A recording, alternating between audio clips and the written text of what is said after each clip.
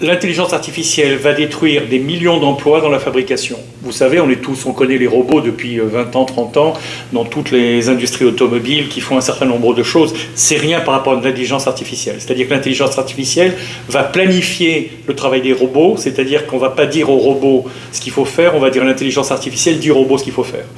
Il va y avoir donc une disparition des emplois dans la fabrication, dans l'industrie, manufacturing, comme on dit aux États-Unis, c'est-à-dire dans l'industrie en général, mais aussi chez les ingénieurs, les contremaîtres, les planificateurs, ceux qui gèrent les softwares de fabrication, etc. Ce sont des millions d'emplois qui vont disparaître.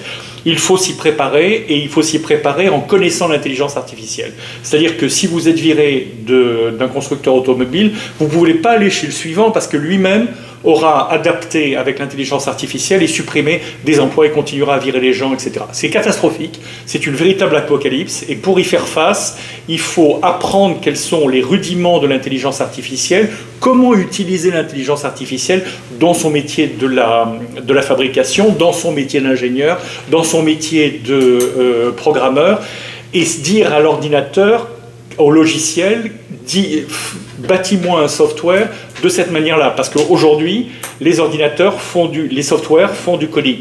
Donc, s'il faut en retenir, c'est que l'intelligence artificielle détruit énormément d'emplois, va en détruire encore plus, et notamment dans le domaine de la fabrication, avec l'aide, ou hélas, avec l'aide des robots.